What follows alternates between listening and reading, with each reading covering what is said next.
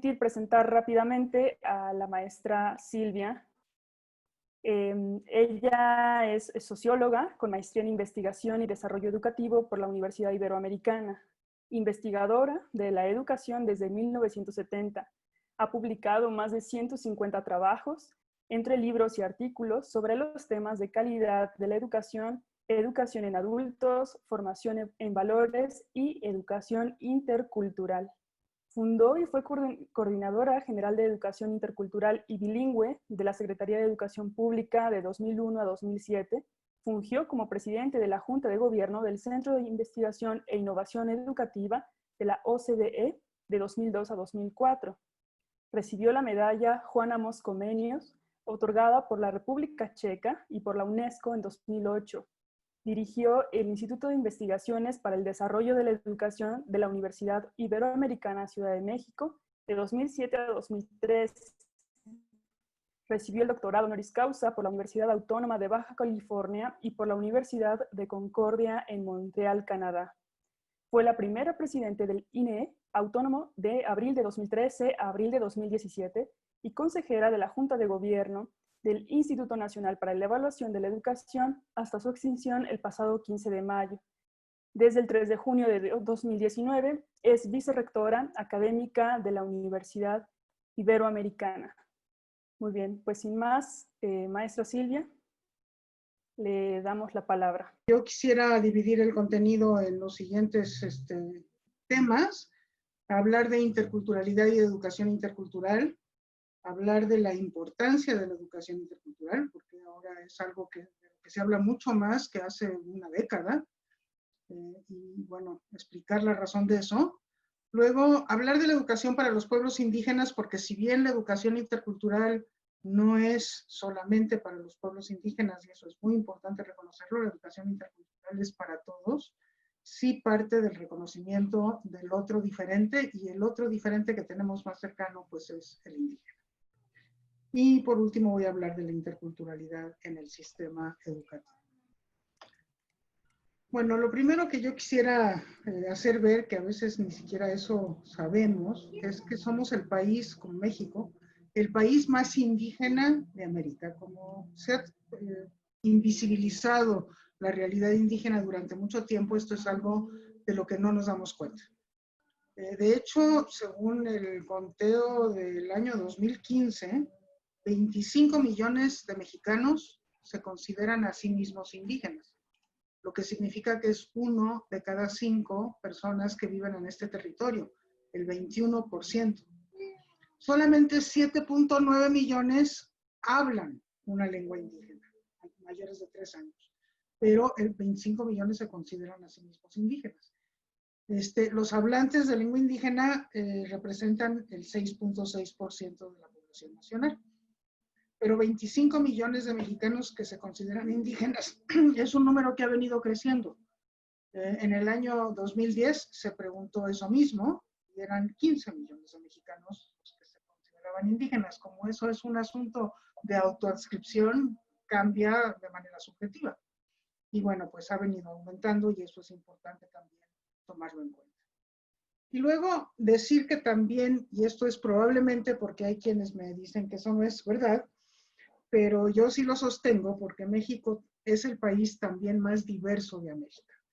Hay 68 grupos etnolingüísticos distintos que hablan 364 variantes de esas 68 lenguas. Y digo que se contesta porque, por ejemplo, en Brasil dicen que se hablan 300 lenguas, pero las lenguas están emparentadas y entonces sería lo equivalente a nuestras variantes. Y no es que nos peleemos por ser los más indígenas, pero sí es importante que reconozcamos y que valoremos esta presencia indígena en nuestro país. Como ustedes saben, desde 1992, cuando se cumplieron 500 años del encuentro entre dos mundos, como lo bautiza León Portilla, nos reconocemos en la Constitución como país pluricultural. De hecho, en ese entonces se dijo pluricultural y plurilingüe, ahora ya no se habla de plurilingüe, pero en 1992 fue así, y al mismo tiempo muchos otros países de América Latina reconocieron, digamos, este hecho del encuentro entre dos mundos en los 500 años del mismo, cambiando su constitución para reconocerse como países pluriculturales, aquellos que lo son. El hecho de que lo plasmemos en la Constitución, que es nuestra máxima legislación, sin duda es porque nos enorgullece, es motivo de orgullo, porque reconocemos que en ello estriba nuestra riqueza, porque cada grupo tiene una cultura distinta y aporta desde esa cultura una visión del mundo y también formas diversas de solucionar problemas comunes que nos enriquecen a todos y a toda la humanidad. Y ahora más que nunca, cuando se nos ataca desde fuera, debemos recuperar esta gran fortaleza que nos identifica, que nos hace orgullosos y que nos da identidad como país, el ser pluriculturales. Veamos ahora los conceptos que están detrás de esto de educación intercultural, porque también sobre eso puede haber muchísima confusión y se utilizan indistintamente. Y acabaremos definiendo qué entendemos por educación intercultural. Primero habría que hablar de lo que habla nuestra Constitución, de la pluriculturalidad o la multiculturalidad, son sinónimos, también van a escuchar ustedes hablar de eso. Y estos términos se refieren a la presencia en un determinado territorio de diversas culturas, como coexistencia o como convivencia. Lo único que nos dicen es eso, en este territorio coexisten o conviven muchas culturas. Son términos que describen una realidad. No hacen referencia a la naturaleza de las relaciones entre esas culturas. Después está el término de multiculturalismo. Como todos los ismos, se refiere a algo aspiracional, a un proyecto. Y entonces el multiculturalismo surge como un proyecto del Estado para gestionar la diversidad étnica y cultural.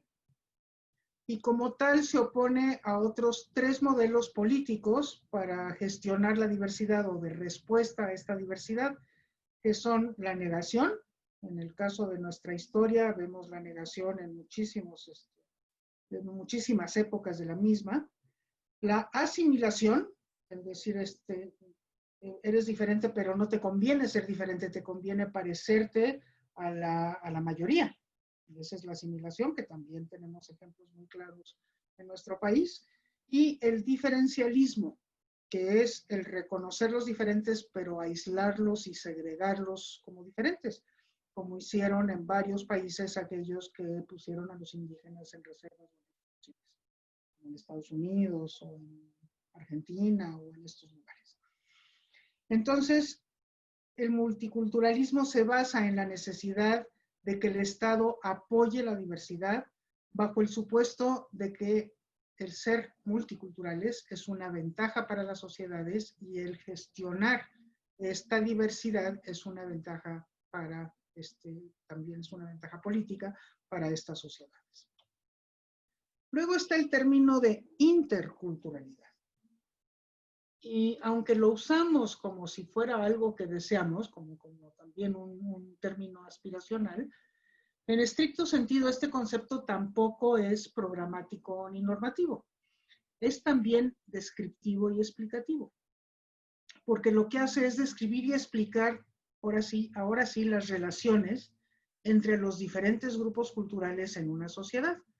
Entonces, por ejemplo, es la interculturalidad la que estudia el racismo, porque el racismo es una manera de relacionarse entre diversas culturas, o la discriminación o la explotación por razones culturales, por ejemplo, o bien estudia las relaciones que se dan en armonía o que se dan desde planos de igualdad.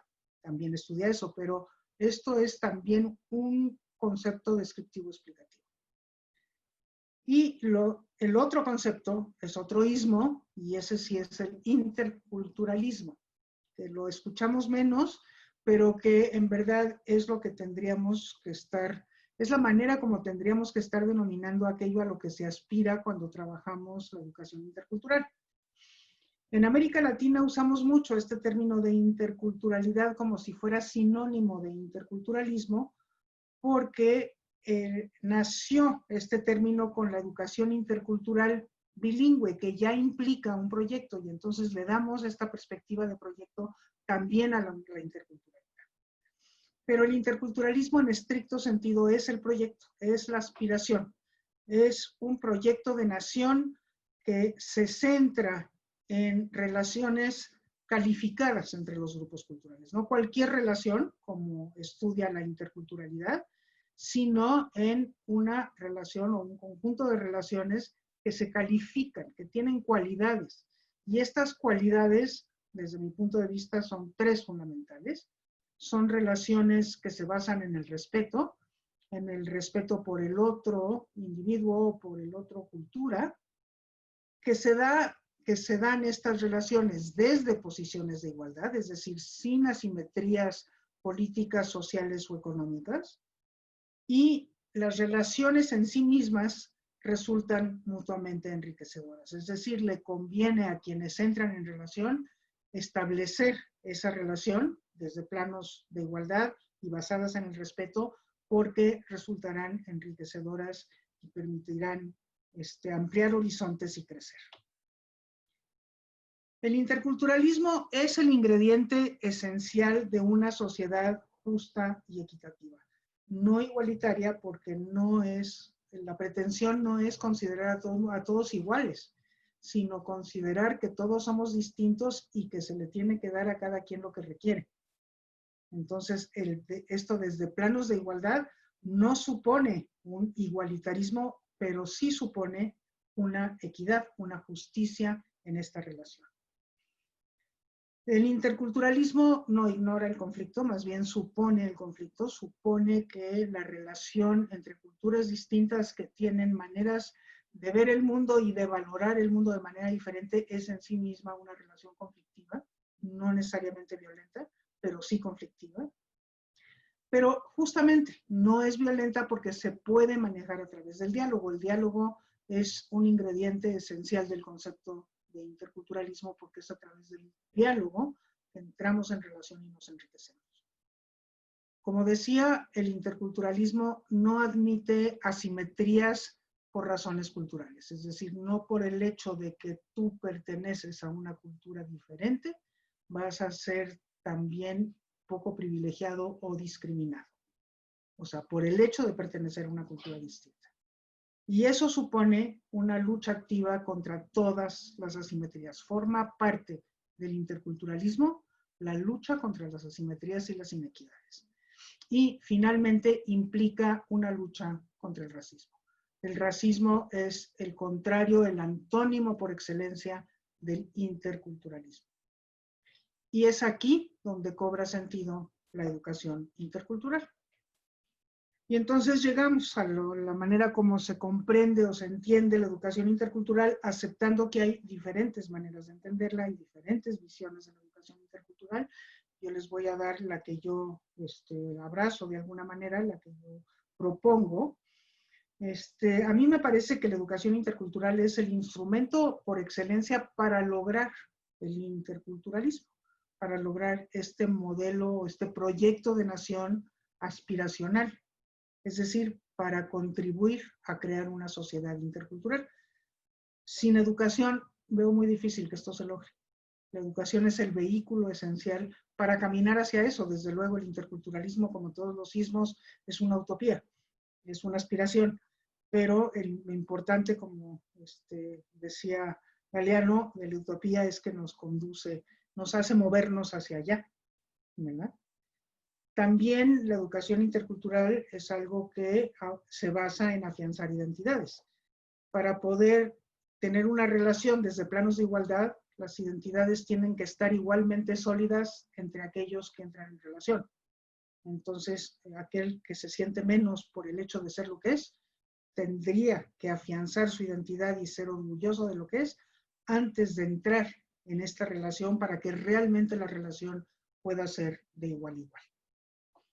La educación intercultural favorece la comprensión de los otros diferentes, no solamente el reconocer su existencia como lo haría el multiculturalismo, ¿no? Sino que favorece la comprensión, entender a los otros diferentes. Y además no solamente la favorece, sino favorece que se desee comprenderlos.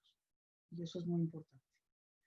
También conduce a apreciar la diversidad, o sea, justamente porque pone a culturas diferentes en contacto y permite vivenciar el enriquecimiento derivado de ese contacto, eso nos lleva a apreciar la diversidad. Pluraliza la sociedad, porque como decía al principio, pues hemos invisibilizado nuestra diversidad y entonces nos hemos perdido de ese enriquecimiento. Pero justamente la educación intercultural, al reconocer la diversidad, la hace plural, hace que esa pluralidad emerja, no es que no existía, estaba oculta, estaba invisibilizada, ahora emerge. Educa el yo y el nosotros, pero constituye la relación constructiva, construye la relación constructiva con nosotros. Sí, tiene que ver con el yo, porque tiene que afianzar nuestra identidad, tiene que construir un nosotros, porque nos tiene que dar una sensación de pertenencia a un grupo que comparte nuestra cultura, ¿sí?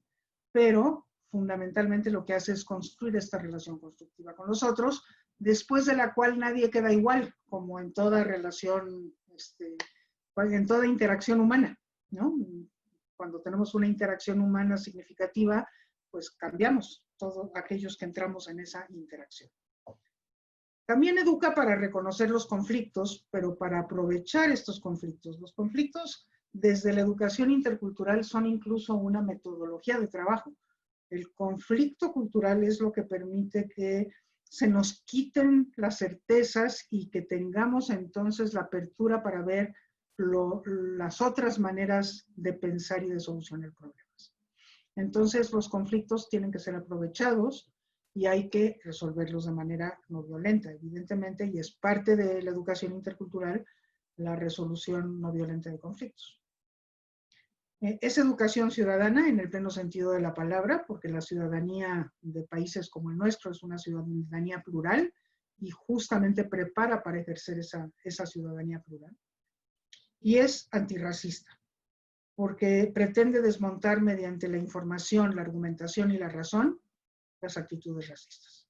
No es indoctrinadora, al revés, es algo que a través del fomento del espíritu crítico logra desmontar argumentos que no tienen ningún tipo de fundamento lógico. Entonces el espíritu crítico permite, o sea, cuando uno desarrolla espíritu crítico, se desmontan estas actitudes racistas y todos los razonamientos que no lo son, ¿no? Que son más bien ideologizaciones de naturaleza racista, como estamos viendo ahora, desgraciadamente, creciendo en países, en nuestro país vecino y en otros más como en Alemania. Bueno, pasemos ahora a la importancia de la educación intercultural.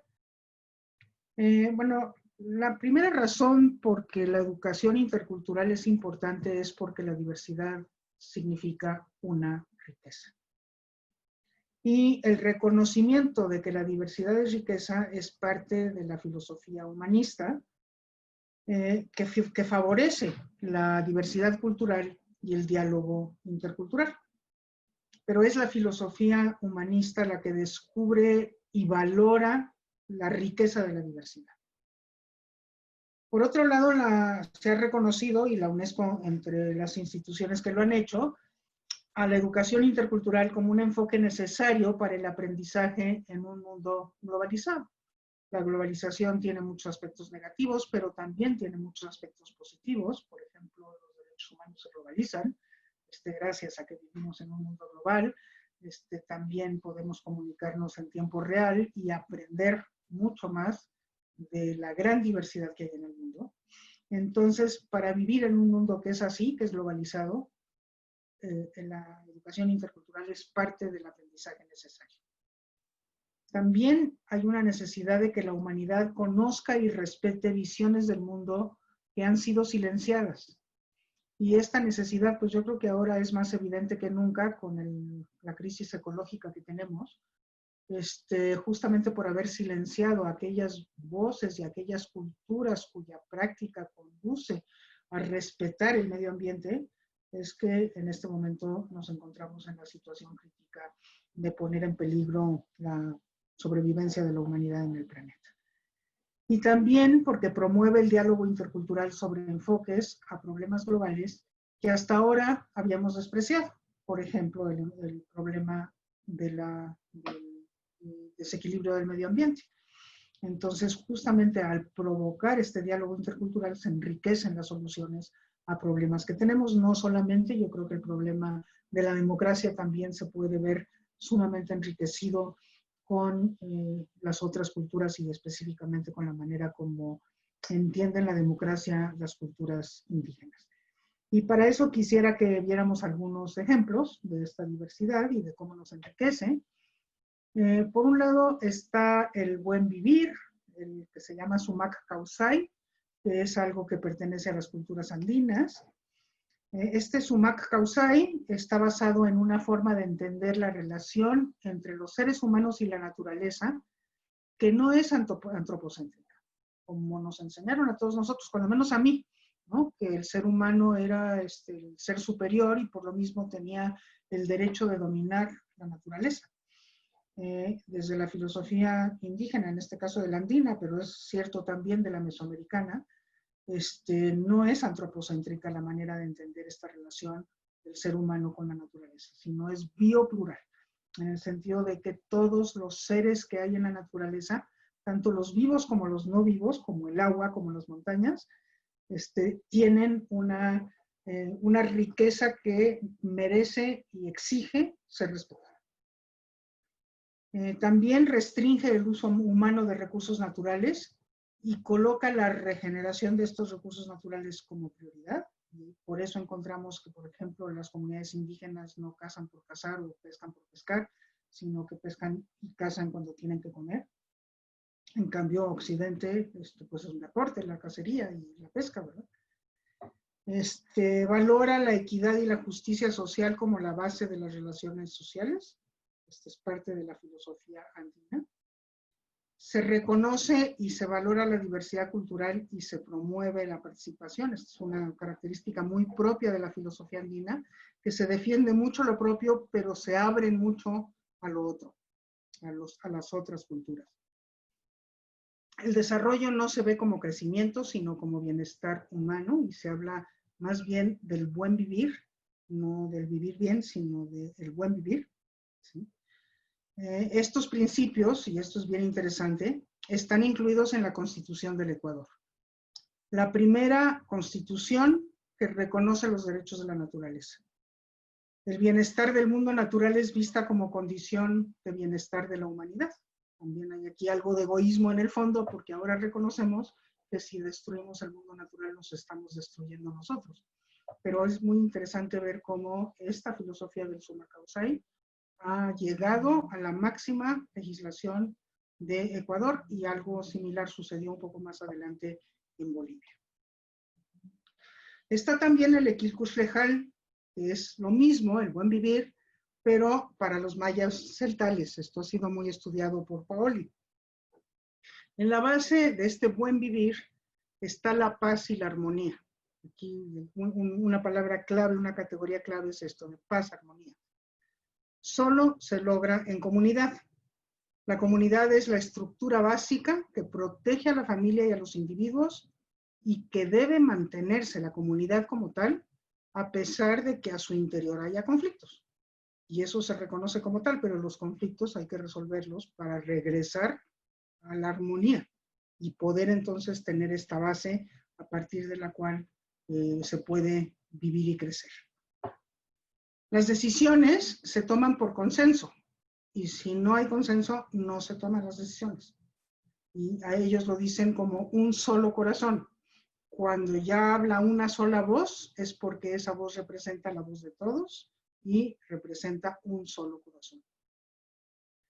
Los que tienen cargos obedecen el consenso y por tanto sirven a la comunidad. Tener un cargo no es tener poder, es tener la necesidad de servir. Y es el famoso mandar obedeciendo de los zapatistas, que justamente de aquí alimentaron su filosofía.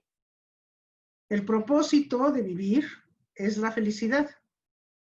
Entre los celtales, por ejemplo, cel significa risa. Tal es un modo de ser. Y entonces, celtal significa el modo de ser siendo feliz. Y la paz es condición para la felicidad. La espiritualidad, y esto es cierto de todos los pueblos indígenas, algo que también en Occidente hemos perdido de una manera notable, esta espiritualidad es parte integral de la vida en comunidad. La madre tierra y el agua son elementos sagrados, también son sus guardianes. Los celtales piden permiso y perdón a la madre tierra para roturar la tierra, para sembrar, para cortar un árbol, para cazar un animal, ¿no? Porque hay un bien mayor que es la sobrevivencia del ser humano y de la comunidad. El respeto es el valor fundamental, el respeto a los mayores, a la naturaleza, a los animales, a los demás, y aquí también está la apertura a los otros, y está a la base del lequilcus legal, es decir, del buen vivir. La justicia debe ser debidamente impartida, la justicia se tiene que impartir cuando hubo conflictos. Entre los celtales la justicia significa arreglar los problemas, de tal modo que no quede rencor, es decir, que se restituya el daño hecho. Las ofensas deben ser reparadas y el que ofende debe reconocer que actuó mal y pedir perdón. De hecho, la justicia restaurativa que ahora se está utilizando tanto en los procesos de resolución de conflictos tiene esta base indígena profunda. Son formas diferentes de entender el mundo y ofrecen una manera distinta de abordar el desarrollo sustentable y de enfrentar los conflictos. También hay formas diversas de entender la educación y diferentes maneras culturales de aprender. No solamente es el contenido, sino también la manera de aprender. Las diversas epistemologías y cosmovisiones también enriquecen la pedagogía. Si estuviéramos abiertos como pedagogos a estas otras visiones de cómo se aprende, estaríamos enriqueciendo la pedagogía que conocemos y que utilizamos. Y aquí voy a poner algunos ejemplos aquí de la diversidad más sobre educación. Por ejemplo, entre los celtales no existe la palabra maestro. El concepto más cercano a la palabra maestro es el noptezguanej. Y noptezguanej quiere decir el que acerca el conocimiento a otro. Enseñar no es posible. El otro es el que aprende. Y lo más que puede hacer alguien que funge como, entre comillas, maestro, es acercarle ese conocimiento para ver si el otro lo acepta y lo interioriza, es decir, lo aprende. En las culturas mesoamericanas los niños aprenden mediante la observación, la imitación y haciendo, asumiendo poco a poco responsabilidades diferentes. Por ejemplo, se ha estudiado entre los mayas yucatecos de manera muy clara y los guatemaltecos también, cómo las niñas van por agua desde muy chiquititas, generalmente van con su hermana y a lo mejor con su mamá, y hay cántaros de agua que se ponen en la cabeza que son del tamaño de la persona. Entonces la niña chiquita que está aprendiendo a llevar agua tendrá el cantarito que es de su tamaño y podrá entonces ir aprendiendo, imitando lo que hacen los demás, a hacer actividades que son actividades de responsabilidad social. O bien, entre los celtales, por ejemplo, hay, ¿cómo se llaman esos? Machetes chiquitos, que los niños a los 3 años empiezan a trabajar con el machete, empiezan a cortar hierba con los machetes, siempre con la mirada observadora de los padres, y cuando se ve que están en peligro, intervienen, pero si no, los dejan aprender haciendo, y entonces poder ir aprendiendo no solamente a hacer eso, sino a tener la responsabilidad que implica ese hacer. Se ha encontrado, por ejemplo, que los niños hispanos en Estados Unidos, los que migran a Estados Unidos cuando son niños, a diferencia de sus compañeros de aquel lado, aprenden colectivamente y comparten lo que aprenden y cómo lo aprenden. Tanto así que ha habido estudios como el de Trueba que dicen que los maestros de Estados Unidos se asustan mucho porque los niños están platicando todo el tiempo que están haciendo tareas o inclusive contestando exámenes. ¿Por qué? Porque están compartiendo aquello que están aprendiendo. Esa es la noción del aprendizaje. El aprendizaje se comparte. No es algo con lo que se compite. No es algo para cada quien. También hay maneras muy diferentes de clasificar desde otras cosmovisiones. Por ejemplo, entre seres vivos y no vivos. La tierra es nuestra madre, ¿cómo no va a ser viva? El agua trae vida, entonces se considera ser vivo. Entonces, cuando llegamos con esa primera lección de las ciencias naturales a comunidades indígenas y les decimos clasifican entre seres vivos y no vivos, para los niños indígenas es imposible colocar el agua o la tierra como un ser no vivo. Por eso decimos que la educación requiere del diálogo intercultural. Bueno, otra razón por la cual es importante la educación intercultural.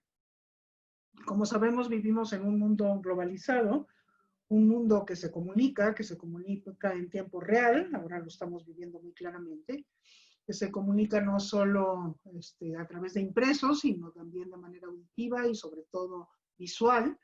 Y entonces visualmente estamos reconociendo la existencia de múltiples culturas, auditivamente de múltiples lenguas, y con el tiempo nos vamos dando cuenta que hay muchísimas culturas en el mundo, que hay muchas formas diferentes de convivir con el contexto donde uno nace, y que justamente lo nuestro es una más de esas. No es una cultura superior, como muchos nos quisieron hacer entender cuando éramos chiquitos. También la globalización trae consigo pues, un único modelo de producir, de consumir, de entretenerse, ¿no?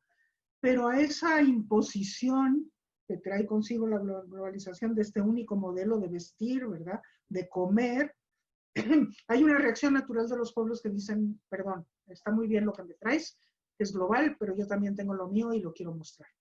Y entonces surge la producción muy natural de arte propio, o sea, la producción y la visibilización, de gastronomía propia, de música propia, de ropa propia, ¿no? Y entonces, bueno, esa reacción es lo que también genera la posibilidad de tener identidad. Bueno, esta polarización, la globalización trae consigo esta polarización entre regiones de un país que son ricas y otras regiones que son muy pobres, o del mundo, ¿verdad? Zonas en el mundo que son ricas y zonas que son pobres. Y entonces eso trae consigo la migración, porque ya no se puede sobrevivir en los lugares que se van quedando en pobreza, o porque se tiene la legítima aspiración de tener una vida mejor. Entonces viene la migración. Y con la migración, la diversidad ya no es solo coexistencia, porque antes estaba cada grupo indígena en su propio lugar. Ahora es convivencia, y a veces, muchas veces, esa convivencia es una convivencia perjudicial para quien se mueve y intrínsecamente conflictiva. Y entonces, bueno, la importancia de la diversidad aparece muy claramente. Son los pueblos indígenas los que han mantenido la diversidad, la biodiversidad de las regiones donde viven. Y esas regiones biodiversas son las que se han podido mantener también diversas, ¿no? Es donde hay una diversidad biológica muy grande, tanto de fauna como de flora, y también hay una posibilidad de sobrevivencia en esas regiones mucho mayor que cuando se pierde esa diversidad con el monocultivo, como nos enseñó la Revolución Verde, por ejemplo, ¿no? Hay una área del conocimiento que se ha desarrollado ya desde hace unos 20 años para acá, que se llama la diversidad biocultural, porque se ha entendido esta relación entre la diversidad cultural y la diversidad biológica. Entonces, ahí donde hay diversidad cultural, hay diversidad biológica, y eso nos habla de la importancia de tomar en cuenta estas diversidades. Hemos visto que aquello que nos enseñaron, que lo parejito, lo uniforme, lo homogéneo, era lo correcto, ¿no? Nos enseñaban cuando íbamos a la escuela normal que los niños entraban diferentes, pero los teníamos que sacar iguales, ¿no? Eso se está rompiendo, estamos entendiendo la importancia de que la diversidad es al revés. O sea, la gente tiene derecho de ser diferente y de crecer de manera diferente, y en la medida en que es así, todos podemos enriquecer. Forma parte de la diversidad del pensamiento complejo del que nos habla Morán. De hecho, Morán habla de la diversidad como parte integral de este pensamiento complejo, en donde la realidad ya no se puede dividir en silos específicos de disciplinas y necesita de la interdisciplina y de la visión dinámica de las cosas, de la evolución y también del conflicto para entenderla. Entonces, esta diversidad forma parte de esta complejidad. Y el conflicto, evidentemente, también. El conflicto es intrínseco a la diversidad, por lo que ya decía. La diversidad trae consigo diferentes maneras de valorar, de ver el mundo, y por lo mismo, cuando se entra en relación estas diferentes maneras, necesariamente hay un conflicto que, bien manejado, es un conflicto benéfico que nos abre horizontes, nos quita certezas y nos pone en una condición de búsqueda.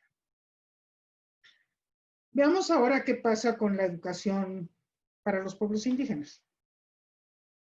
Bueno, lo primero que yo tendría que decir es que la educación intercultural es para todos o no es intercultural.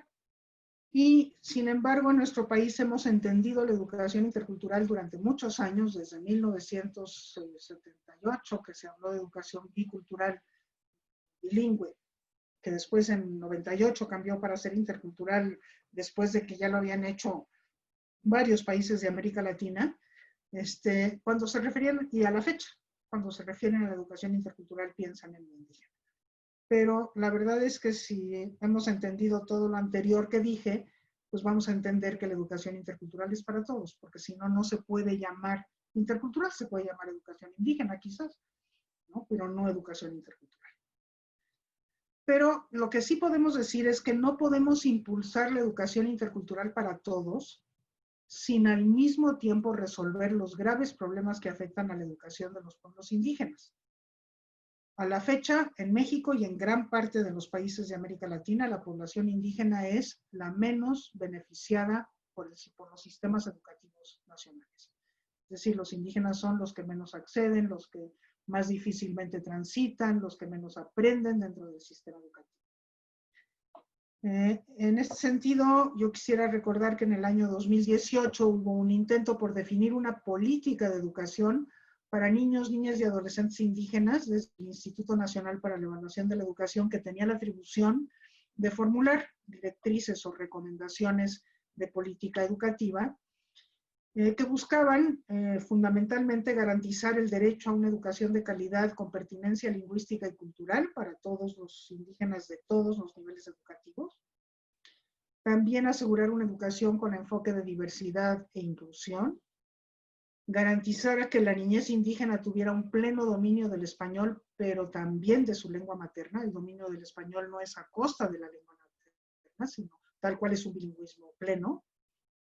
Buscaban también promover que los pueblos indígenas ejercieran el derecho a ser consultados en la educación que reciben, porque la consulta previa, libre e informada está plasmada ya en el, bueno, desde el convenio 169 del OIT, pero también ahora en la Declaración de los Derechos Universales de los Pueblos Indígenas.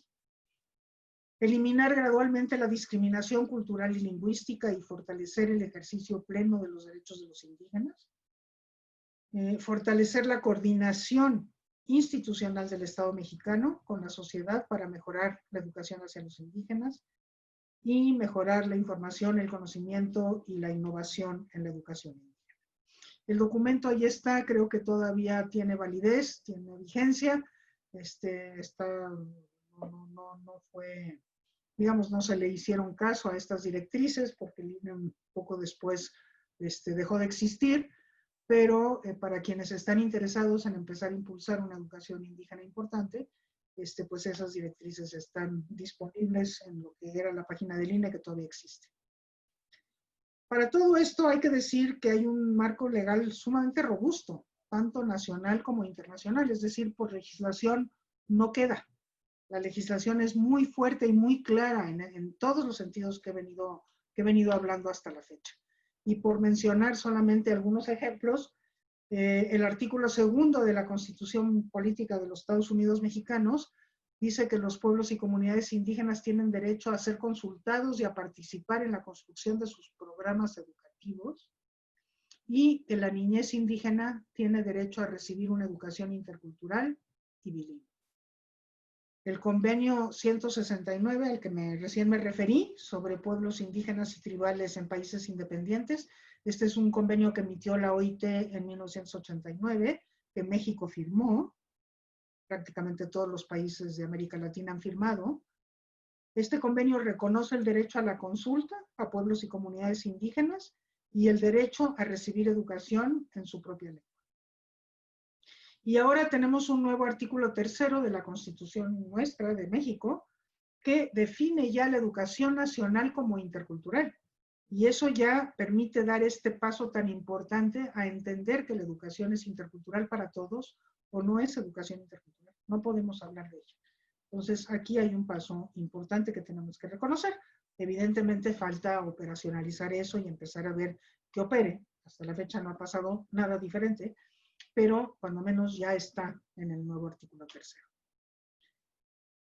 La realidad nos dice algo totalmente distinto. Como decía, la población indígena es la menos beneficiada por la educación. El analfabetismo es 3 veces más alto en la población indígena que en el resto de la población del país. La escolaridad promedio de la población indígena es de primaria, la del resto de países es de secundaria. 1 de cada 5 niños indígenas entre 3 y 17 años no van a la escuela. 1 de cada 10 niños indígenas no cursa el grado que le corresponde. 4 de cada 5 estudiantes indígenas que cursan la educación primaria no obtienen los aprendizajes esperados en matemáticas y en lenguaje y comunicación en nuestras propias pruebas basadas en el currículum nacional, que es el que se supone que también tienen los indígenas. Respecto de la oferta, es decir, de cómo está el sistema educativo que se les ofrece a los indígenas, también las investigaciones nos dicen que 1 de cada 10 escuelas primarias indígenas carece de servicios educativos de todo tipo. En 8 de cada 10 escuelas primarias indígenas el director tiene un grupo a su cargo, porque son primarias multigrado.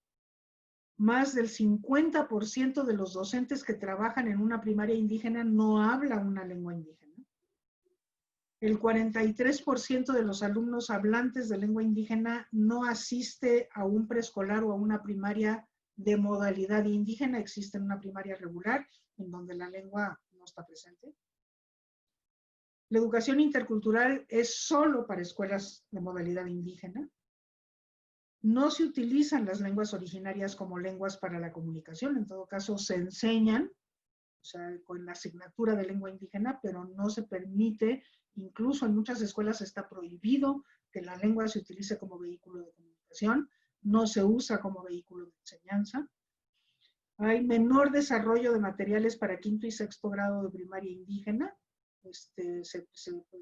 Hay materiales para 1º y 2º y para 3º y 4º, que se consideran niveles, pero para 5º y 6º ahí se interrumpe la cosa, como si ahí ya no importara.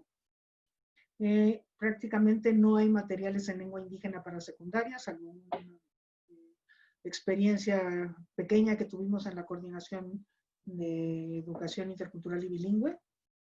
No se diseñan libros o materiales educativos para lenguas minoritarias.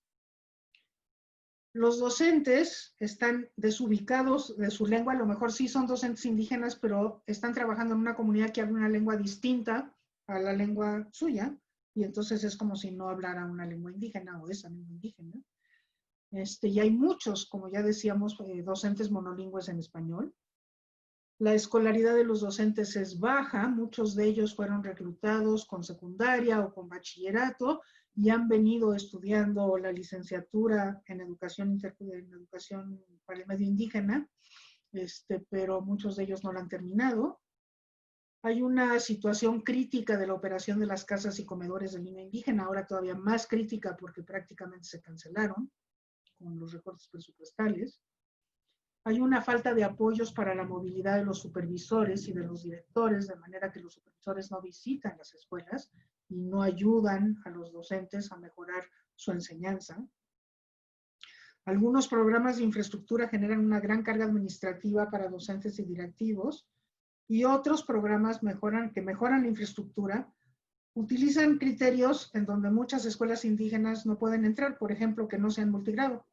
La mayor parte de las escuelas primarias indígenas son multigrado y no se pueden beneficiar entonces de estos programas que mejoran la infraestructura. Veamos entonces qué pasa con la educación intercultural para todos. Esa es la educación para los indígenas. La educación intercultural para todos tiene que trascender de esto que es pluricultural a algo que es intercultural, es decir, de este concepto descriptivo a un concepto relacional para poder aceptar que la pluriculturalidad no alcanza a romper los criterios y de relación de naturaleza racista, discriminatoria y prejuicio. Que eso es lo que nos ocurre en México. En México somos pluriculturales, aceptamos que somos pluriculturales, pero seguimos siendo racistas y discriminatorios. Y justamente lo que trasciende esta visión de pluriculturalidad es la interculturalidad, que, como decía, el interculturalismo como tal es una aspiración, se refiere a la relación entre culturas, la califica como basada en el respeto, desde planos de igualdad y mutuamente enriquecedora, y no acepta asimetrías por el hecho de pertenecer a culturas distintas. Me voy a ir más rápido porque si no se nos va a acabar el tiempo. Tiene fundamentos filosóficos muy profundos. En alguna otra ocasión, si quieren, profundizamos un poco con esto, pero uno de ellos es la filosofía de la otredad, que tiene que ver con la manera como se aborda al otro diferente, en donde ya no se acepta inferioridad alguna de ningún otro diferente a nosotros. La democracia, que tiene como su base la pluralidad, y entonces en un país pluricultural, la democracia tiene que transitar de lo pluri a lo intercultural. El racismo es lo opuesto al respeto, y el respeto es la base de la democracia. No podemos avanzar en democracia si no avanzamos en el respeto por el otro. Y hay dos asimetrías educativas que tenemos que combatir.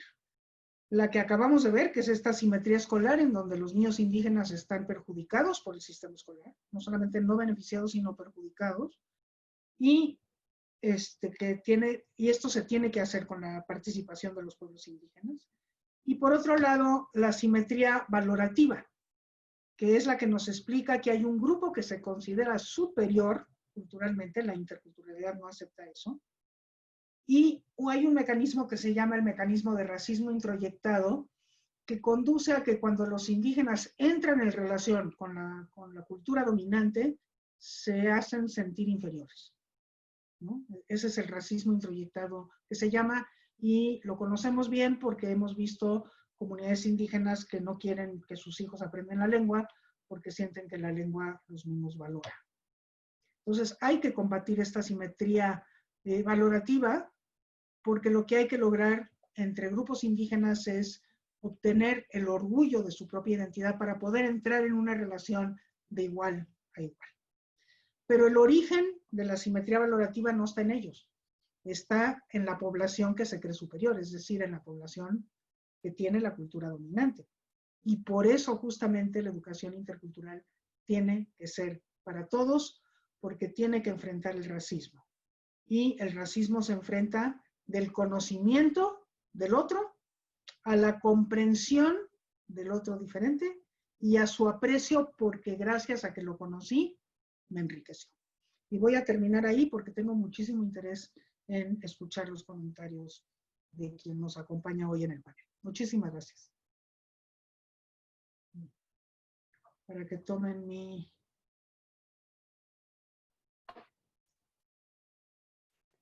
Agradecemos mucho, maestra, su Está exposición. mi correo por si alguien quiere comunicarse conmigo. Sí, perdón, voy a dejar de compartir pantalla. Muchas gracias. Gracias a usted, maestra. Bueno, pues entonces ahora daremos espacio a la réplica por parte del profesor Giampiero Aquila. Me voy a permitir leer su reseña curricular. Giampiero Aquila es investigador de la División de Género y Familia del Centro de Investigación Social Avanzada. Es doctor en filosofía por la Universidad Católica del Sacro Cuore de Milano, en Italia. Adquirió una especialidad en psicología por la misma universidad y posee entrenamiento en terapia familiar por el Centro de Estudios de la Familia de Florencia, Italia. Fue vicepresidente de la Confederación Nacional de Escuelas Particulares durante 10 años y fue también director del Departamento del Sistema de Acreditación de la Calidad Educativa de la misma confederación. Tiene amplia trayectoria como catedrático, ha sido profesor de epistemología e investigación educativa, filosofía de la ciencia y antropología filosófica. También fue profesor de la licenciatura en psicología educativa de la Facultad de Humanidades de la Universidad Autónoma de Campeche y profesor de psicología social y sociología en la licenciatura en comunicación del Instituto Campechano.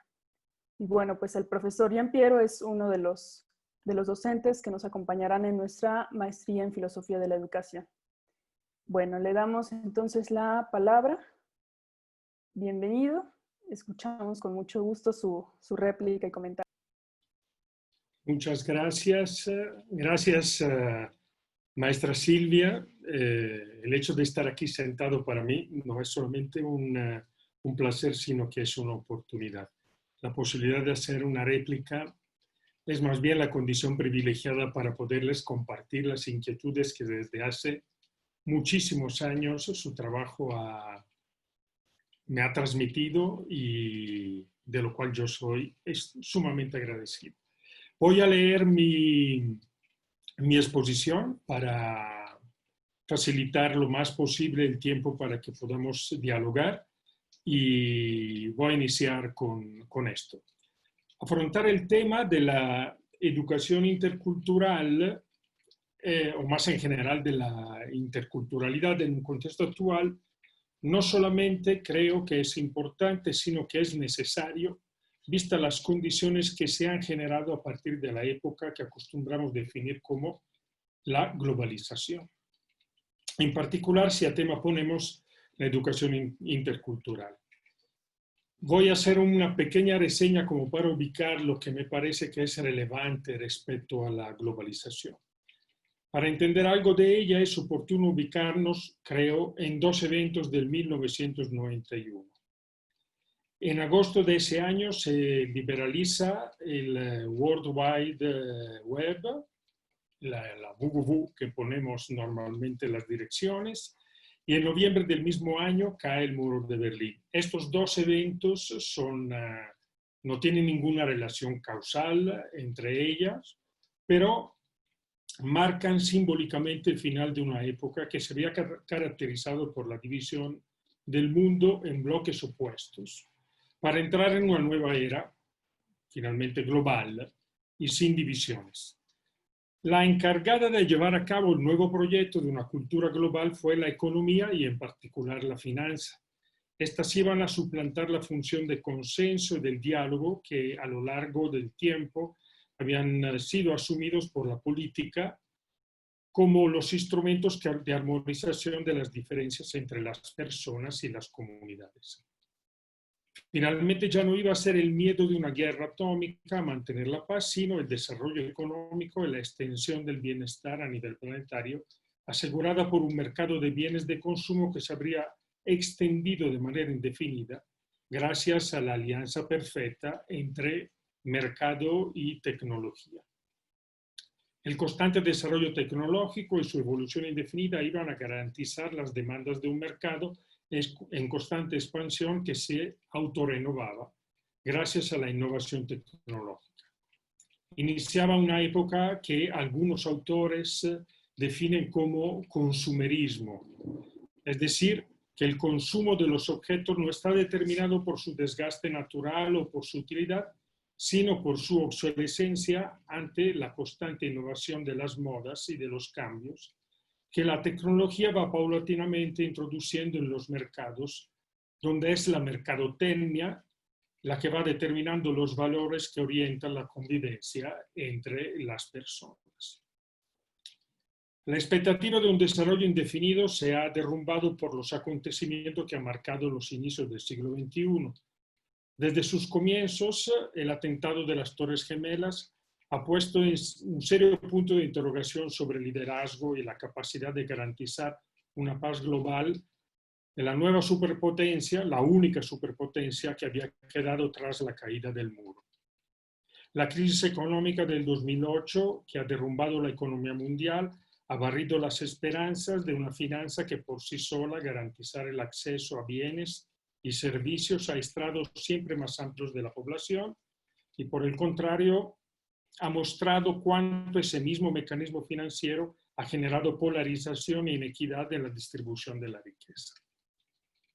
Finalmente, la pandemia causada por el virus SARS-CoV-19 que estamos viviendo ha también puesto en evidencia cuánto un pensamiento individualista, soberanista y últimamente autárquico es insuficiente e inadecuado. Después de haber pasado años socavando la autoridad de la ONU y haciéndose mofa de los tratados internacionales que garantizan la dignidad y el respeto a la vida de los migrantes o que establecen acuerdos sobre la emisión de CO2, nos encontramos lamentando la inacción de la Organización Mundial de la Salud en los inicios de la pandemia, y ante el problema de cómo le tenemos que hacer frente, vemos la necesidad de una auténtica unidad entre los diferentes actores involucrados, que supone una capacidad de diálogo para la cual parece que hemos perdido las habilidades necesarias. La sensación personal es que estamos muy cerca del sálvese quien pueda. Esto como contexto, es decir, estamos en una situación, en un contexto en el cual, por un lado, tenemos un fuerte individualismo alimentado por lo que hemos llamado una primera parte de la globalización, y por otro lado, delante de la necesidad de diálogo, una significativa incapacidad en sentido global, en particular una cultura, repito, individualista. Ahora, el 25 de enero de 1998, Juan Pablo II, despidiéndose de Cuba, lanzaba el apelo a una apertura en dos direcciones: que Cuba se abra al mundo y el mundo a Cuba.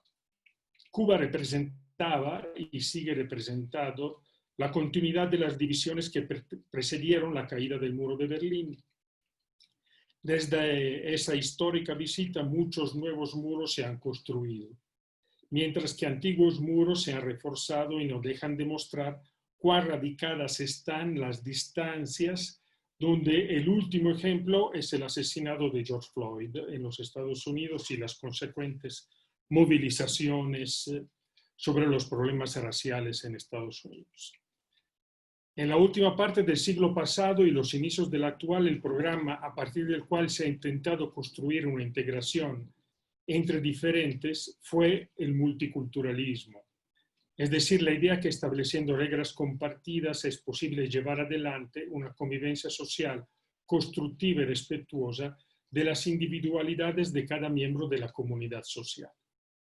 Es digno de nota que el país que en primera instancia ha desarrollado una profunda reflexión acerca del tema y ha puesto en acto políticas congruentes al respecto ha sido Canadá, donde, sin embargo, es significativo que justamente la población indígena es la que menos ha tenido la posibilidad o la capacidad de integrarse plenamente y tiene los índices de desarrollo más desfavorables también en ese país.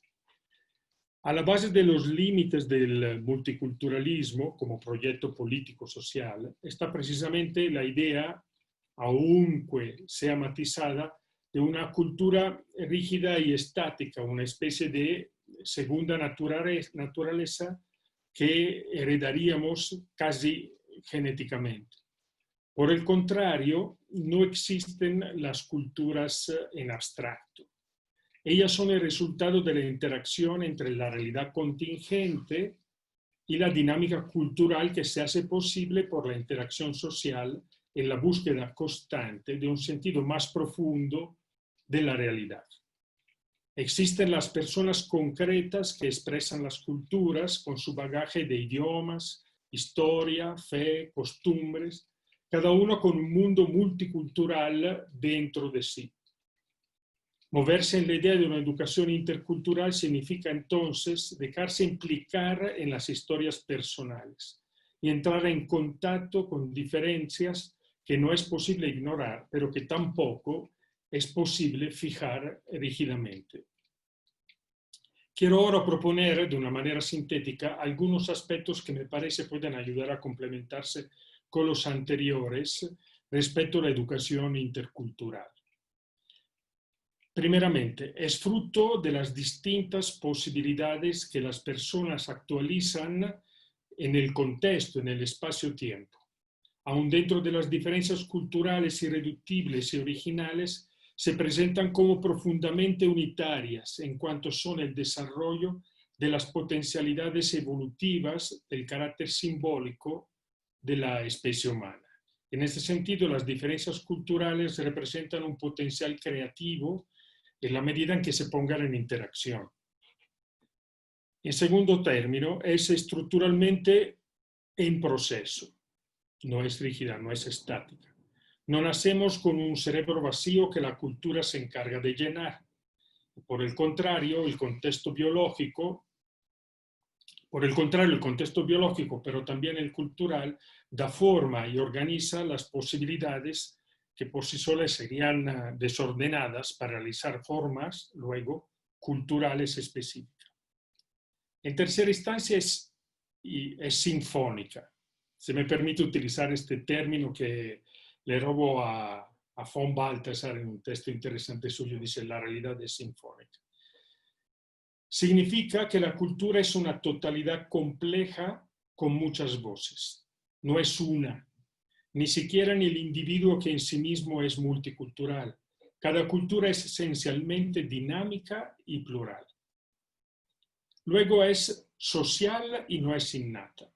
Es más bien fruto de la integración entre la persona real, su cuerpo, y lo que deriva de la experiencia del mundo como experiencia comunitaria a través de la inculturación y la educación, que se expresan circularmente, así como un hijo también va educando a sus padres y viceversa, los padres educan a un hijo.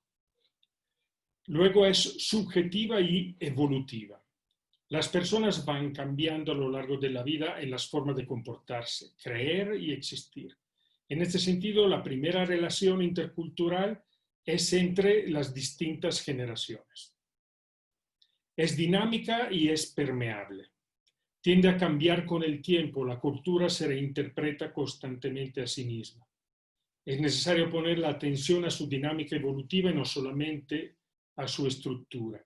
En este sentido, algunas culturas se presentan como coherentes, mientras que otras aparecen como menos estructuradas.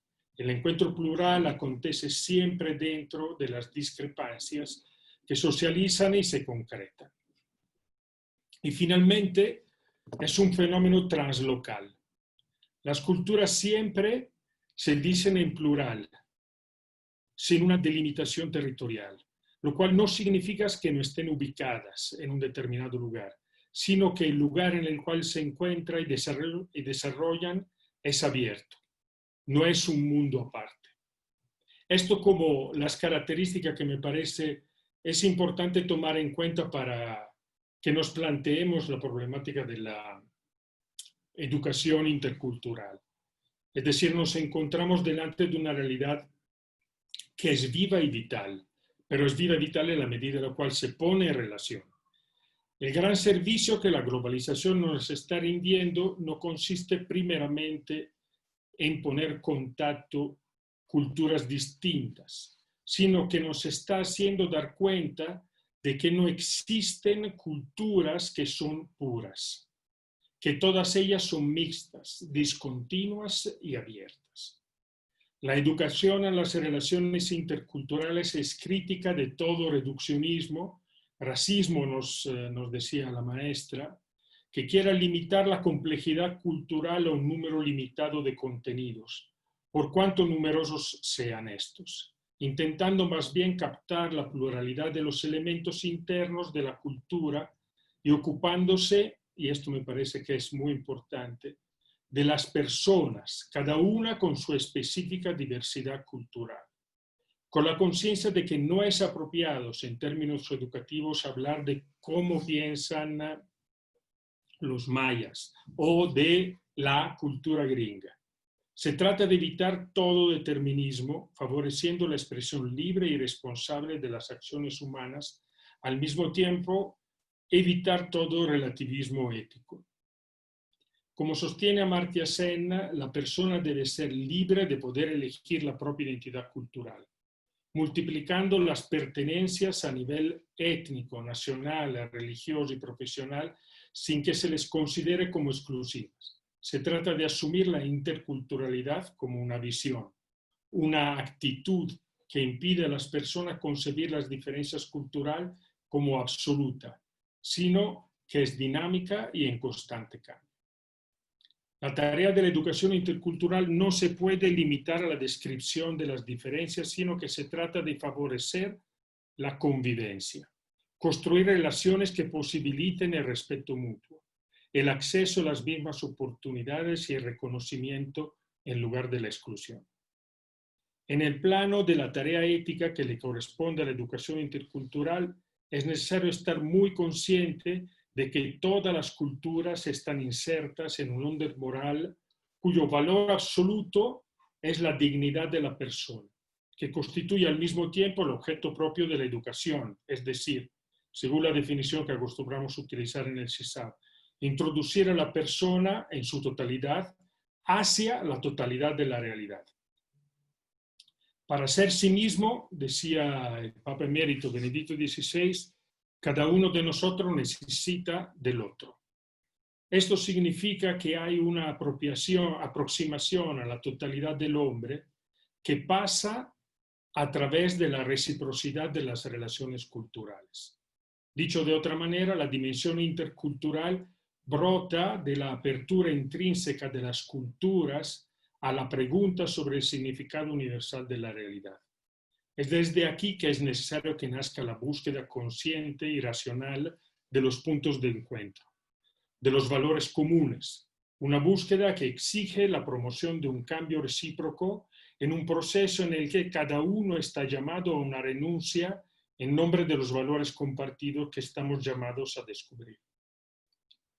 Lo anterior indica que toda cultura, para ser sí misma, requiere que la apertura a los otros, de la apertura a los otros.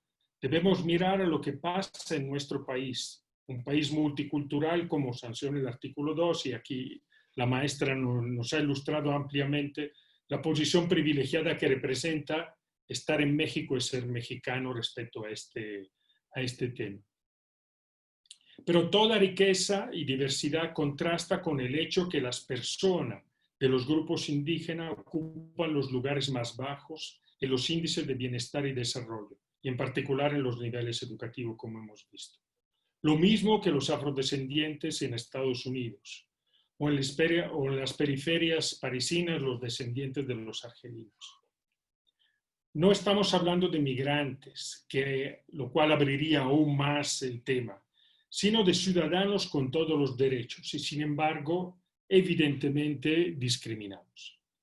Y aquí viene un poco una parte que me parece interesante poder proponer para ver si nos ayuda a ir como encontrando derroteros de aplicación de una educación intercultural y de un pensamiento intercultural. Y digo, para una lectura adecuada de este fenómeno, considero que es de ayuda la consideración que hace de la cortina, profundizando o abriendo el concepto de aporofobia, es decir, el rechazo al pobre. Nuestra autora en su libro contesta que las manifestaciones de racismo que se dan se originan por un rechazo a quien es diferente por lengua, raza o nación. Se trata más bien que el rechazo que mostramos hacia los migrantes, a los pobres, a los indígenas, es el mismo rechazo que reciben todos aquellos que el Papa acostumbra llamarlos descartados.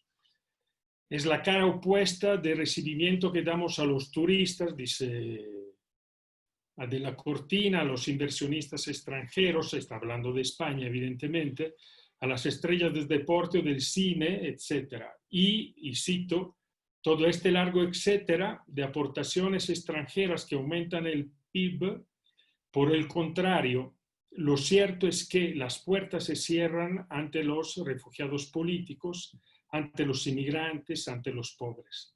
Las puertas de la conciencia se cierran ante los mendigos sin hogar, condenados mundialmente a la invisibilidad. Y termina aquí la cita.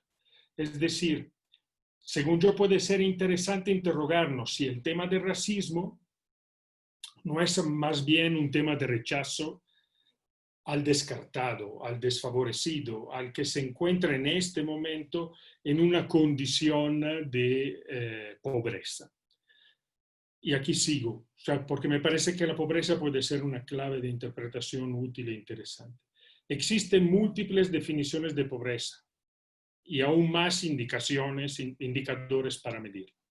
Partiendo de la imposibilidad de satisfacer las necesidades alimentarias más básicas, para llegar a la posibilidad de acceder a la información necesaria para encontrar soluciones a ellas o a necesidades más complejas. En este momento quisiera considerar que una de las pobrezas más discapacitantes es justamente autopercibirse como desposeídos, creo que lo mencionaba maestra, de la propia dignidad, en otras palabras, definido por el límite particular, real o ficticio que sea, y no por la dignidad que me constituye.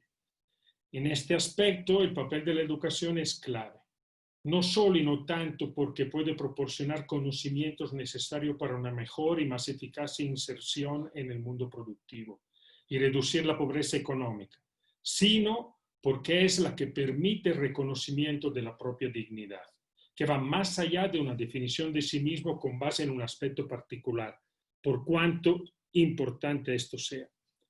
La dignidad de la persona es un absoluto que funda y da sentido a las condiciones circunstanciales a través de las cuales ella se expresa. Exaltar un aspecto por encima del fundamento abre una serie infinita de distinciones que acaba reduciendo la verdad a intereses particulares que tarde o temprano terminarán siendo discriminatorios bajo otro punto de vista. La expresión Black Lives Matter apunta a un problema dramático, pero oculta en su origen que toda vida humana importa, sin distinción de color. Considero que el camino hacia una interculturalidad auténtica ya está marcado dentro de la historia de México. Y yo creo que esto es un aspecto muy importante que puede ser fuente de soluciones y de respuestas. Se trata de tener la disponibilidad para reiniciar un camino desde el método que está sintetizado en el hecho guadalupano, que se encuentra en la raíz de la modernidad indohispana y que ha sido seguido por las órdenes mendicantes o por personas como Vasco de Quiroga y tantos, muchísimos anónimos que han originado en el movimiento intercultural que doquía el mestizaje. Seguramente no fue un hecho exento de contradicciones, pero podemos sopesar la fuerza de impacto y la profundidad de sus raíces si pensamos que en aproximarnos ya a los 500 años de las apariciones, México sigue siendo el país con mayor población indígena en América y con mayor diversidad cultural. Es decir, el trabajo que se hizo en este momento de valoración, de dar herramienta identitaria, creo que ha sido un trabajo tan poderoso que a lo largo de todos estos siglos sigue poniéndonos el problema de los indígenas, gracias a Dios. Es decir, sigue siendo una oportunidad grande. Por lo tanto, creo que podemos también mirar ahí para encontrar camino. Esa riqueza no impide que el 80% de los indígenas en este país vivan en condiciones de pobreza. Por esto también, en vista de los 10 años que nos separa del 5º centenario guadalupano, creo que es una gran ocasión para repensar en la educación para el mundo globalizado y multicultural en el cual nos encontramos a partir de esta tradición. Es un trabajo que demanda primeramente una reflexión filosófica sobre la educación, sin la cual solamente estaríamos poniendo remedios dictados por la emergencia de las circunstancias. Esto es lo que hemos visto en las respuestas escolares ante el confinamiento actual, es decir, una reacción más que un pensar que significa educar en estas condiciones. Me permito proponer 2 criterios orientativos que pueden ser útiles para iniciar un trabajo que responda en clave de interculturalidad a lo conjuntural y al mismo tiempo tenga una mirada de más largo alcance. Ambos indican la capacidad y la disponibilidad de poner en relación las diferentes identidades y culturas en vista de generar el mayor bien posible para la persona, que es la raíz del bien común. El primer criterio me parece que lo podemos definir con el término subsidiariedad. Es necesario que se genere una relación virtuosa entre la familia, las comunidades y el Estado. En la contingencia actual, por ejemplo, la posibilidad de recibir las clases a través de la televisión, cosa de ayer, es una ayuda, pero es insuficiente para una familia con varios hijos en edad escolar, con una sola pantalla en casa y con una interacción con el maestro que no es circular, o sea, no tiene ninguna reciprocidad e interacción propiamente dicha. Si nos activan los recursos locales, las relaciones de comunidad con las competencias presentes y alcanzables, lo que sucederá es que se ampliará el abismo que separa quien tiene recursos de quien no lo tiene. Y creo que la educación, nos decía la doctora Aspe hace un tiempecito, la educación sufre de esta discriminación y de esta diferencia que estamos observando.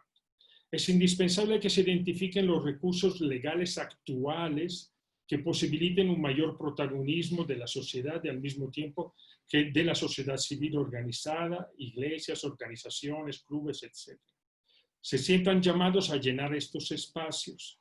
Sin querer ser catastrofista, el riesgo es que el freno económico de la recesión causada por la pandemia se torne un problema aún más grande al no tener generaciones preparadas para sostener una recuperación.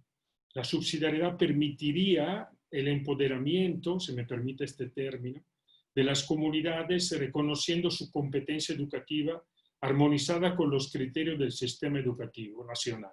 Implicaría un largo recorrido, pero partiría del reconocimiento del valor cultural intrínseco en las comunidades y en la sociedad, desde abajo. El segundo criterio son acciones de generatividad social, así como se definen en la literatura. La gran oportunidad que se nos abre en esta tremenda crisis es darnos cuenta de que el modelo consumerista que está primando no nos corresponde. Los seres humanos no somos consumidores, sino que somos más bien generadores. Lo cual significa tener la capacidad de que la propia libertad sea incluyente y expansiva. Como el mismo término deja intuir, la generatividad social en este sentido expresa una manera de estar juntos, una manera de generar comunidad. Por eso es necesario que el diálogo intercultural vaya más allá del simple respeto y la tolerancia y se encamine hacia la generatividad social, lo cual implica el reconocimiento de la iniciativa que surge desde abajo, que de manera natural se propone y busca las condiciones para desarrollarse. Y ella misma tiene unas fases evolutivas, o sea, lo que se llama generatividad social implica en primera instancia poner al interior de la realidad, dar a luz, diríamos, para tener la analogía de la maternidad de lo más cercano posible, implica un cuidar y sobre todo implica un dejar ir, es decir, implica una autorizar, entendiendo cómo dar las competencias y las capacidades para que uno pueda a su vez ser generativo. Y concluyo con lo siguiente. Para lo anterior es necesario repensar las relaciones entre sociedad y Estado, y de costumbre cuando pongo esto, la respuesta es que de parte del Estado difícilmente se dejará el espacio para que esto suceda, ya que esto significaría perder control político. Mientras que de mi parte pienso que es más bien de este lado, es decir, de la sociedad civil, que se tiene una suerte de indefensión aprendida, indefensión adquirida a este respecto. Yo creo que si de parte de las dimensiones vivas de la sociedad es posible tomar una iniciativa, pienso que esto puede ser un factor de largo plazo, entiendo, pero de cambio que a partir de un enfoque intercultural puede acercarse y empezar a generar cambios. Bueno, muchas gracias. Sí.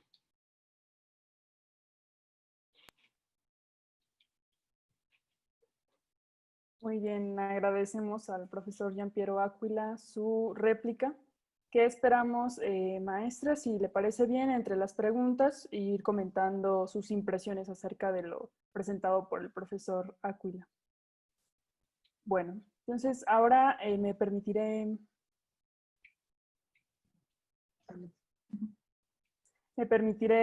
leer algunas preguntas, comentarios que nos han llegado tanto en el chat de Facebook como de aquí de esta aplicación Zoom. Preguntan, ¿cómo podría impulsarse la educación intercultural en las escuelas, por ejemplo, de la Ciudad de México, si el cambio debe surgir del pensamiento? Desde la formación de docentes se aborda y se trata de fomentar el aprecio a la diversidad y la equidad, partiendo de los fines mismos de la educación. Sin embargo, dista mucho de ser una realidad en la mayoría de las escuelas. Sí, pues en efecto es así porque no nos hemos preocupado de hacer una educación intercultural ni de formar a nuestros docentes con competencias interculturales y con una visión intercultural del mundo. Entonces, sí, evidentemente en la gran mayoría de las escuelas, pues no hay tal cosa como un enfoque intercultural en la educación. Tampoco podemos esperarlo, digamos, porque no se los hemos dado a los maestros en las escuelas. Cuando yo estuve en la coordinación, tuvimos la oportunidad de trabajar de manera muy cercana con un grupo relativamente pequeño de docentes, justamente para formarlos en el enfoque intercultural en la educación. Muchos de ellos eran de la Ciudad de México, pero pues una de las cosas que se tiene que decir es que esta formación, que debería de ser inicial en las normales, y ahí tampoco se da, pero cuando se da a los maestros en ejercicio, exige una presencialidad y una intensidad muy grande. Es decir, como bien dice la pregunta, es un cambio de pensamiento, es un cambio de actitud, y es una vez que se da este cambio de pensamiento y de actitud, ya no hay marcha atrás. Esa es una cosa que constatamos.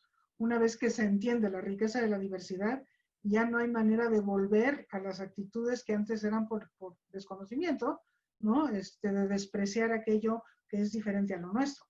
Pero para poder llegar a eso se necesita un proceso de formación muy largo, que además la experiencia de nosotros es que desgraciadamente tiene que ser una experiencia vital, cara a cara, en donde se vivencie esta posibilidad de enriquecerse del contacto con el universo. Entonces, pues eso es lo que hay que hacer. O sea, yo no creo que haya caminos cortos hacia eso. Hay que empezar, desde luego hay que empezar en la formación inicial a trabajar la interculturalidad. Ahora a lo mejor con la nueva ley de educación que ya la reconoce, algo de eso cambiará. Todavía no pasa nada, pero algo de eso a lo mejor cambia. Pero también trabajar con los maestros en ejercicio, porque los maestros que egresan cada año de las normales son 35,000 y maestros en ejercicio pues son 1,200,000. ¿no? Entonces hay que empezar a trabajar con ellos. Por otro lado, yo también quiero decir que desde los pueblos indígenas hay una función también muy importante. Por ejemplo, en la Ciudad de México. La Ciudad de México tiene representadas 58 etnias distintas. 800,000 habitantes de la Ciudad de México se reconocen a sí mismos como indígenas. Entonces, sí les cabe a ellos cierta presión para que efectivamente sus conocimientos, sus saberes, sus aspiraciones y lo que no les gusta de la escuela pueden ser escuchados. Y hay escuelas, por ejemplo, estoy pensando en una que es la Rafael Correa, que está en la colonia Roma, allí en algunas cuantas cuadras de Chapultepec, que por las tardes atiende a niños otomís, que todos vienen de la misma comunidad, todos ellos vienen de la misma comunidad.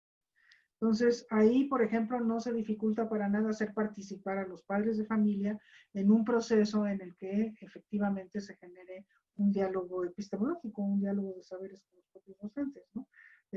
Hay comunidades triquis que viven en Cabeza de Juárez o que viven en la calle López, que también van a la misma escuela los niños y que ahí sí conviven con otros niños de otras etnias y con niños mestizos, evidentemente, pero los padres de familia podrían empezar a presionar y hacer lo propio para que sus conocimientos empiecen a ser, sus conocimientos, aspiraciones, necesidades, valores, evidentemente, empiecen a ser tomados en cuenta. El camino no es corto, es un camino difícil, es un camino lento, pero yo empecé con esto en el 2001, que empezó la Coordinación de Educación Intercultural y Bilingüe, y les puedo decir que en estas 2 décadas hemos avanzado muchísimo, lentamente, pero mucho, ¿no?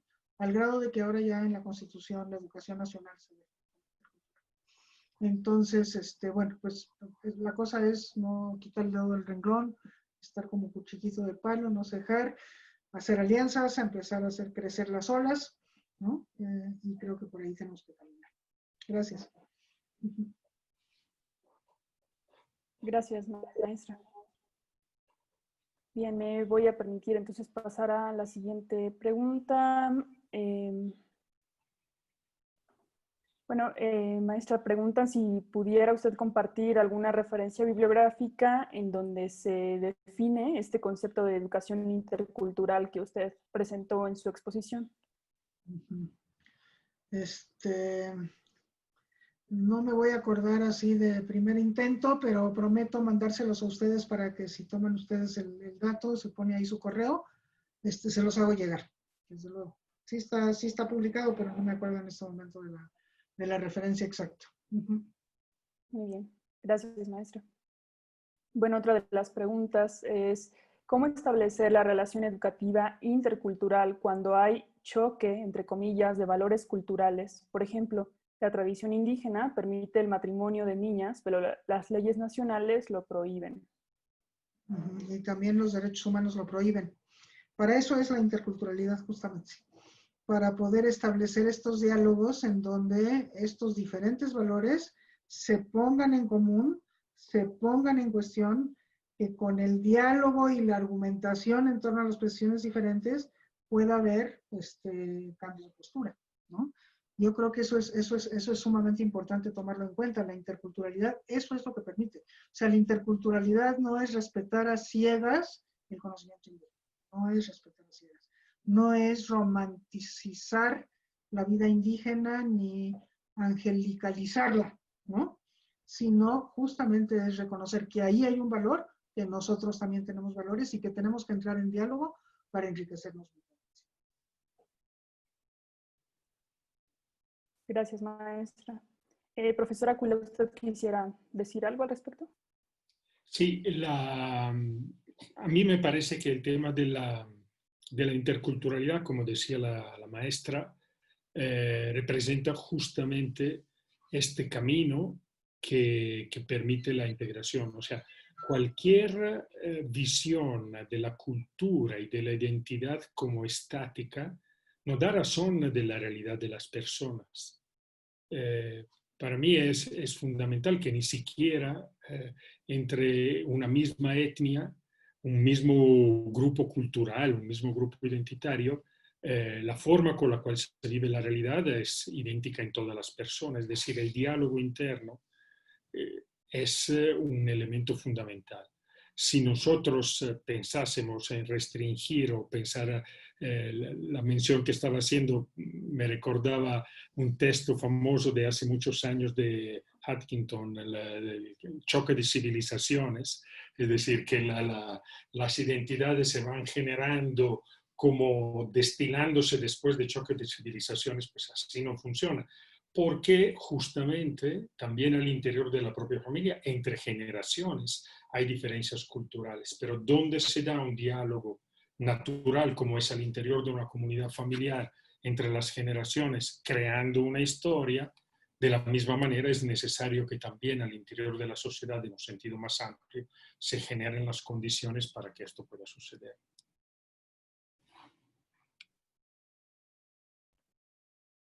Muy bien, muchas gracias, profesor. Bueno, pues hay muchos comentarios de agradecimiento, de felicitación y si les parece bien me permitiré leer una pregunta más en atención a su tiempo. Preguntan, bueno, es dirigida a la maestra Silvia, ¿qué propone usted para incluir a los grupos originarios en la consulta de los programas de educación? Si a los padres que no lo somos no nos incluyen y sobre todo lo que se refiere a la inclusión de educación sexual, entre comillas, en donde realmente se nos imponen con sus políticas perversas los mal llamados derechos humanos reproductivos, entre comillas, violando realmente no solo nuestros derechos humanos para educar a nuestros hijos, sino que mutilan, lastiman, intoxican y enferman los cuerpos de nuestros niños, niñas y adolescentes. Bueno, hasta aquí la pregunta, maestra.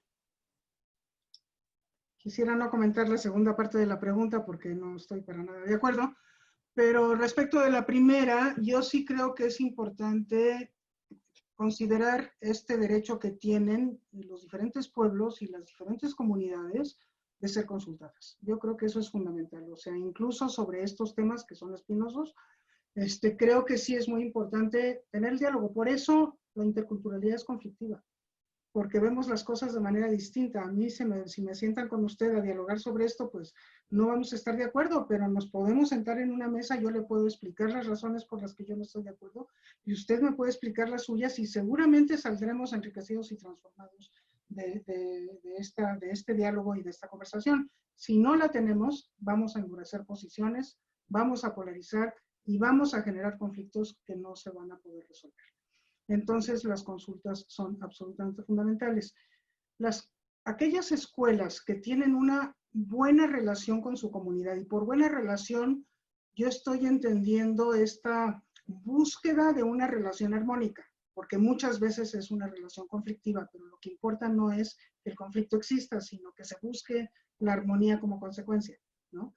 Tienen que ver con esta posibilidad de escuchar a las comunidades de cuáles son sus aspiraciones respecto de la escuela, qué es lo que no les gusta de lo que está pasando en la escuela, qué le piden a la escuela, y que la escuela por su lado también diga qué es lo que quiere lograr con sus niños y qué cosas que está pidiendo la comunidad no puede hacer porque no le corresponde o porque no tiene los recursos o porque no hay el personal necesario o porque no es la función de la escuela, ¿no?